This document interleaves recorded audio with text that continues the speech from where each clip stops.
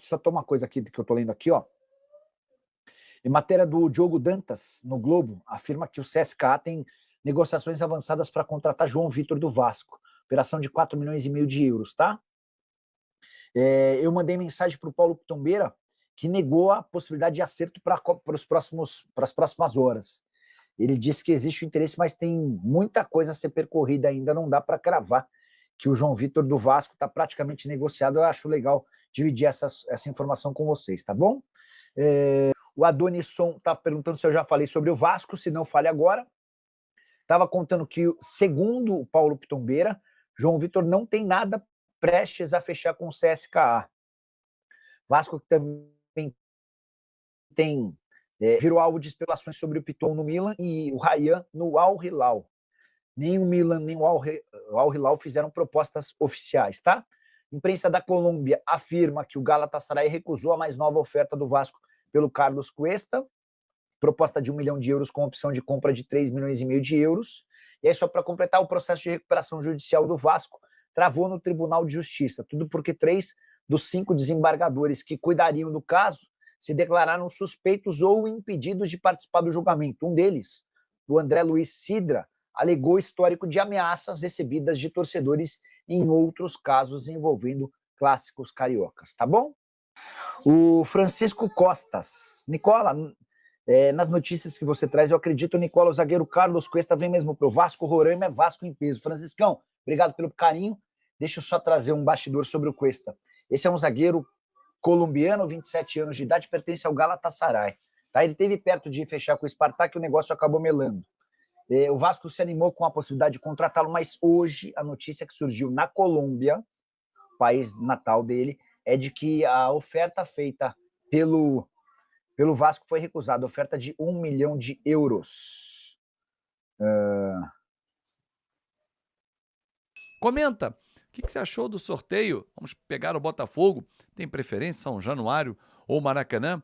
Como é que é a conta financeira de levar um jogo para o Maracanã ou jogar em São Januário? Quanto vale a classificação para a semifinal? João Vitor está indo embora? Por quanto, Azevedo? Tudo isso e muito mais nós vamos falar agora aqui no nosso café. Seja muito bem-vindo, tenha uma ótima quarta-feira. Ontem rolou o sorteio na sede da CBF, vou deixar inclusive o vídeo aqui no final, quando acaba o vídeo, sempre sobe um videozinho aqui e tal, aí você vai ver, ó.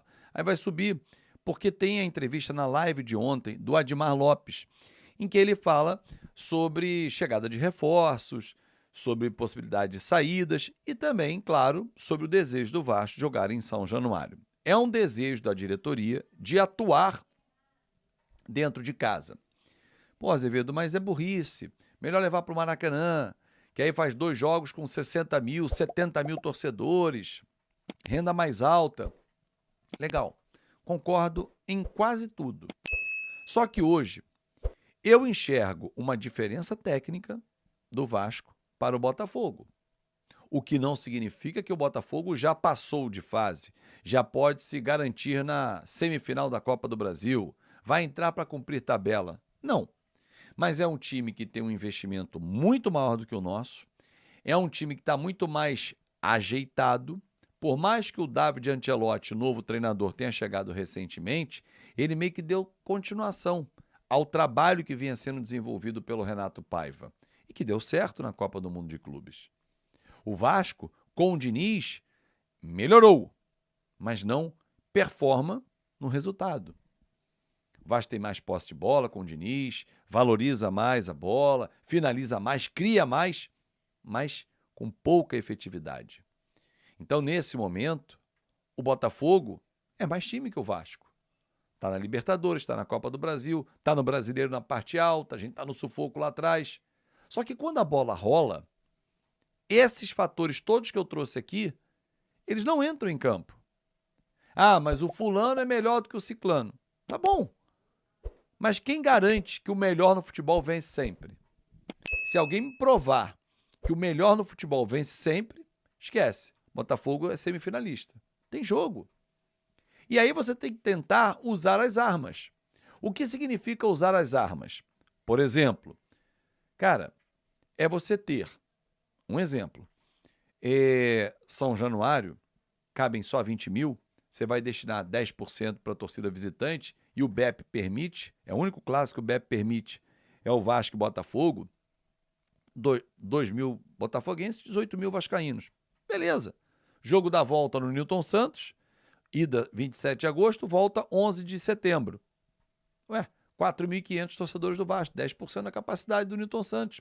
Fazer o quê? Ah, mas em São Januário, cara, a renda vai dar no máximo 1,5 milhão, 2 milhões, com muito boa vontade, subindo o valor do ingresso e tal. Legal. Esquece o lucro, esquece o dinheiro nesse momento. Porque sabe quanto vale a classificação para a semifinal? 9 milhões e 900 mil reais. Então não passa na cabeça do presidente Pedrinho vender o mando de campo e não passa na cabeça de muitos dirigentes do Vasco. Pedrinho, eu não sei o que pensa disso. Levar o jogo para o Maracanã por conta de valores. Ah lá, se eu jogar no Maracanã, primeiro jogo a renda é minha, porque eu sou o mandante. Se eu boto 5 milhões de renda, cara, o Vasco vai ficar com 2, 2,5 no máximo de lucro. No máximo. E aí no Maracanã, um time tecnicamente bom, como é o do Botafogo, você tira aquele fator que pode desequilibrar. Jogar uma pressão para cima do Botafogo. Ah, mas só tem jogador rodado. Mas é diferente jogar em São Januário que jogar no Maracanã. Então, ainda não há definição, mas a tendência é dia 27, São Januário, e dia 11 de agosto, jogar no Newton Santos. Bom, João Vitor, o jogador está sendo negociado com o CSKA Moscou.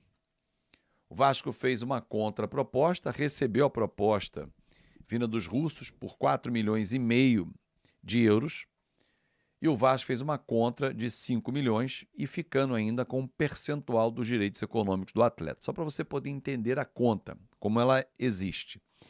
João Vitor foi comprado em janeiro do ano passado por 6 milhões de euros junto ao Benfica, com o Vasco comprando 80%. Ou seja, o Benfica falou, tá, eu vendo, mas eu mantenho 20% aqui. Mas você, Vasco, pode comprar 10%. Se ficar na primeira divisão, mais 1 milhão de euros. Você passa a ter 90%. Se ficar em 2025 também, compra a totalidade, pronto. O negócio vai ficar em 8 milhões de euros.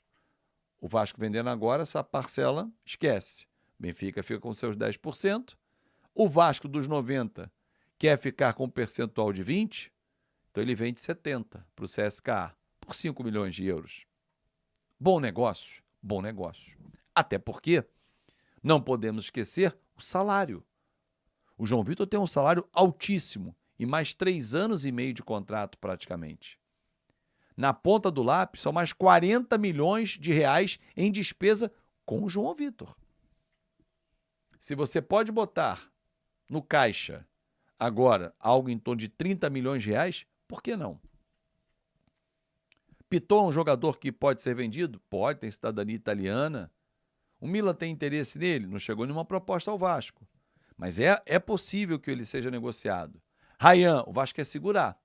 Mas sabe que tem uma valorização e clubes atrás do Ryan. Tanto que o Vasco quer renovar de novo o contrato dele.